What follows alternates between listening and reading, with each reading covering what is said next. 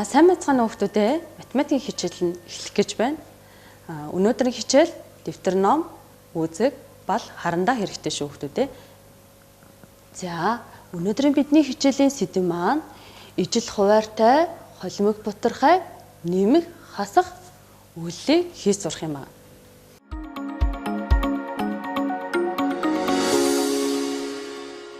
Шинэ хичээлд орохоос өмнөх мэдлэгээ сэргээн саная.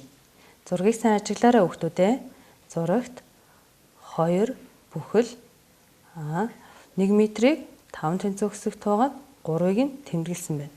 Нийлээд 2 бүхэл 5-3 метр болсон байна. Холимог бутархай нь бүхэл болон бутархай хэсгийг нэмэхэд холимог тоо үүснэ гэдгийг бид мэдэж байгаа. Зурагт дүрсэлсэн шингэний хэмжээг литрээр илэрхийлээрэй. За эхний зурагт 1 литр 1 литрийг 10 тэнцүү хэсэгт туусныг 9-ыг нь тэмдэглэсэн байна.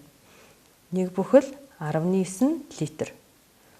2 дахь зурагт 1 бүхэл 1 литрийг 5 хуваасны 1-ийг нь дүрсэлсэн байна. 1 бүхэл 5.1 литр. 3 дахь зурагт 2 бүхэл 4.1 литр.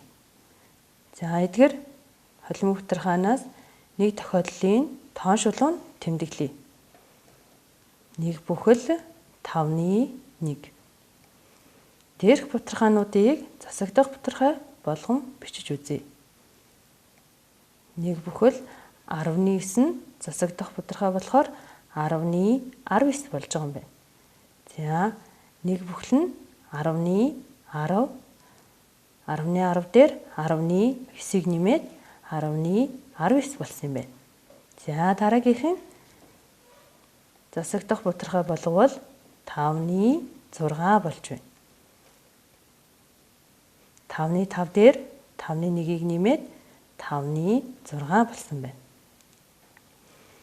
За 3 дахьыг сайн ажиглаарай хүүхдүүдээ. 2 бүхэл 4.3-ыг засагдах бутархай болгох юм бол 4.11 болсон байна.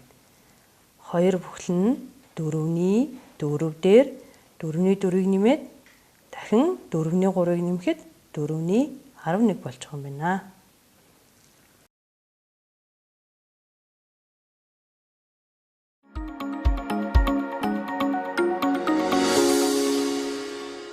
Саран эхний өдөр 1 бүхэл 5.1 метр тууз авсан. 2 дахь өдөр 2 бүхэл 5.2 метр тууз нэмж авсан. Бол Саран нийт хэдэн метр тууз авсан бэ? 1 метр 1 бүхэл юм болж. За тэгвэл хэдэн тэнцүү хэсэгт тууж ийн хүүхдүүдээ? 5 тэнцүү хэсэгт тууж. 5 тэнцүү хэсэгт хуваагаад 1-ийг нь авсан. Энийг тэгвэл юу гэж тэмдэглэх бол? Зүйтэй 5.1 метр гэж тэмдэглэх юм. За тэгвэл 2 дахь өдөр хэдэн метр тууз авлаа? 2 бүхэл 5.2 метр тууз авсан юм. За тэгвэл бид юу олох ёстой вэ хүүхдүүдээ? Саран нийт хэдэн метр тууз авсныг олох хэрэгтэй. За тэгвэл яаж олох болоо? Эхний өдөр 1 бүхэл 5.1 метр тууз авсан. Дараагийн өдөр 2 бүхэл 5.2 метр тууз авсан. За нийт гэж байгаа юм чинь нэмж олох юм байна. Нэмээд за хэд гарах болоо хүүхдүүдээ? Одоо бүгдээрээ завхар дээрээ буцаад очив. Энд 2 байгаа. Энд 1 бүхэл байгаа. Нийлээд 3 бүхэл болох юм. Харин энд 5.1 байна. Энд 5.2 байна. Нийлээд 5.3 болж байна.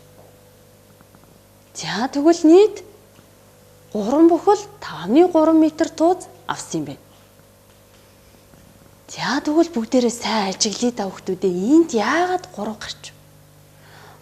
Энэ эхлээд холимог бутархайг нэмэхдээ эхлээд бүхэл хэсгүүдийн нэгдэв. 1 дээр 2-ыг нэмсэн. Тэгээд 3 гарсан. Дараа нь бутархай хэсгүүдийн нэм. 5.1 дээр 5.2-ыг нэмээд 5.3 гарсан. За тэгвэл одоо энэ үйлдэлээ зөв үү буруу юу гэдгийг шалгаж үзье. За яаж шалгах вэ хүүхдүүд ээ? Зүйтэй нийт 3 бүхэл 5-ны 3 байгаа. Тэрнээсээ эхний өдрийнхийгээ хасах юм бол 2 дахь өдрийг харах ёстой. 2 дахь өдрийнхийг хасах юм бол эхний өдрийг гарах ёстой. За бүгдээрээ хасах үйлдэлээр шалгаж үзье. Нийт 3 бүхэл 5-ны 3 метр байгаа. Түүнээс эхний өдөр буюу 1 бүхэл 5-ны 1 метрийг хаслаа. За хэд гарсан бэ хүүхдүүд? 2 бүхэл 5-ны 2 метр гарсан. За үүнийг бүгдээрээ хавтан загвараар загварчилж харуул. За 1 бүхэл 5-ны 1 метр байна. Нийт 3 бүхэл байсан. Түүнээсээ 1 бүхэл 5-ны 1-ийг хасцсан. Энд хэд үлдсэн бэ хүүхдүүд? 2 бүхэл 5-ны 2 метр үлдсэн. За үүнээс дүгнээд үзэх юм бол холимог бутархай хасахдаа эхлээд бүхэл хэсгүүдээ хасах юм байна. 3 бүхлээс 1 бүхлийг хасаад 2 бүхэл гарсан юм. Дараа нь бутархай хэсгүүдээ хасна. 5-ны 3-аас 5-ны 1-ийг хасаад 5-ны 2 гарсан. За энэ үйлдэлээ дэвтэртээ бичиж авч болно шүү хүүхдүүдээ. За тэгтэл саран нөгөө нийт 3 бүхэл 5-ны 3 метр тууцнаасаа 2 метр тууцаар нь гацууран чимгэлцсэн. Тэгвэл хэдэн метр тууз үлдэх болоо хүүхдүүдээ? За энд хэд үлдсэн бэ? 1 бүхэл 5-ны 3 үлдсэн байна. За энийг яаж бодсон юм бол хүүхдүүдээ? За нийт 3 бүхэл 5-ны 3 метр байсан. Түүнээсээ 2 метрийг хассан. Энд нэг юм ажиглагад бутархай хэсэг байна уу хүүхдүүдээ? Байхгүй байна. Тэгвэл бутархай байхгүй юм чинь бүхлээс нь бүхлийг хасаад харин энэ бутархайгаа хэвээр нь бичсэн. За бутархай хасах үйлдэл дээр нэг ийм тохиолдол байж болох юм байна хүүхдүүд. За бид өнөөдрийн хичээлээрээ холимог бутархай нэмж хасаж сурлаа. За тэгвэл энэ мэдлэгээ бүгдээрээ баттгаад дараах 4 жишээг бодож үзье. За хамгийн ихнийхийг багштайгаа хамтраад бодъё. 4 бүхэл 6-ны 2 дээр 2 бүхэл 6-ны 3-ыг нэмсэн байна. За хэд гарах бол хүүхдүүдээ?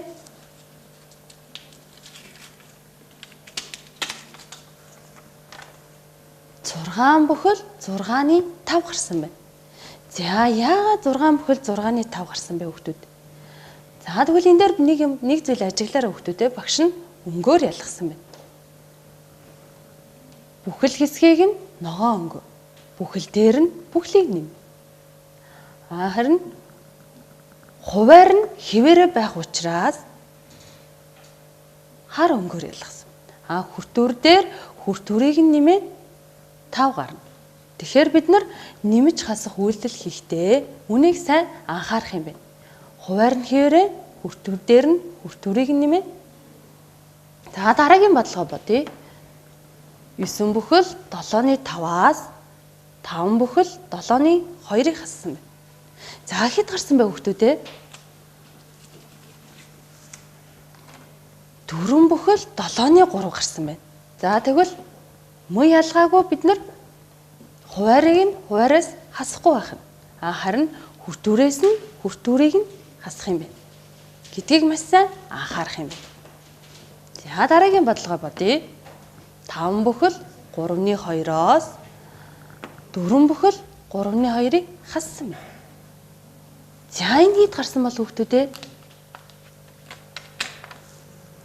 1 бүхэл гарсан байна. За энэ дээр нэг зүйл ажиглая. Бутархай хэсэг нь ижлэхэн тохиолдолд бүхэл хэсгээс бүхлийг нь хасаад 1 гарсан байна. За дараагийн бодлого бодъё. 1 бүхэл 6-ны 1-ээс 6-ны 4-ийг хассан байна. За энэ хэд гарсан бол хүүхдүүдээ? 6-ны 3 гарсан байна. За яагаад 6-ны 3 гарсан юм болоо хүүхдүүдээ? За тэгвэл бид нэр 1 бүхэл 6-ны 1 гэсэн холимог бутархайг засагдах бутархай болгон бичдэг аргаа сэргээн саная. За тэгвэл энийг засагдах бутархай болгохоор 6-ны 7 гар. Яагаад 6-ны 7 гарсан бэ? Нэг бүхэл маань 6-ны 6 хэсэг болно. Нэг бүхэл нь 6-ны 6 хэсэг болно. За тэгвэл 6-ны 6 дээр 6-ны нэг хэсгийг нэмээд 6-ны 7 хэсэг маань гарч. За ингээд 6-ны 7 хэсэг нь гарсан байна. Тэгээд 6-ны 7-оос 6-ны 4 хасаад 6-ны 3 гарсан. Хичээлд идэвхтэй оролцсон хүүхдүүдэд баярлалаа. Гэртээ сурах бичгийн 66 дугаар хуудасны 359 62 дугаар бодлогуудыг бодоорой. Бодох явцдаа ямар нэгэн асуудал гарах юм бол ангийнхаа багштай холбогдож асуудлаа шийдвэрлэж болох юм байна шүү хүүхдүүдээ. За хичээлд идэвхтэй оролцсонд баярлалаа.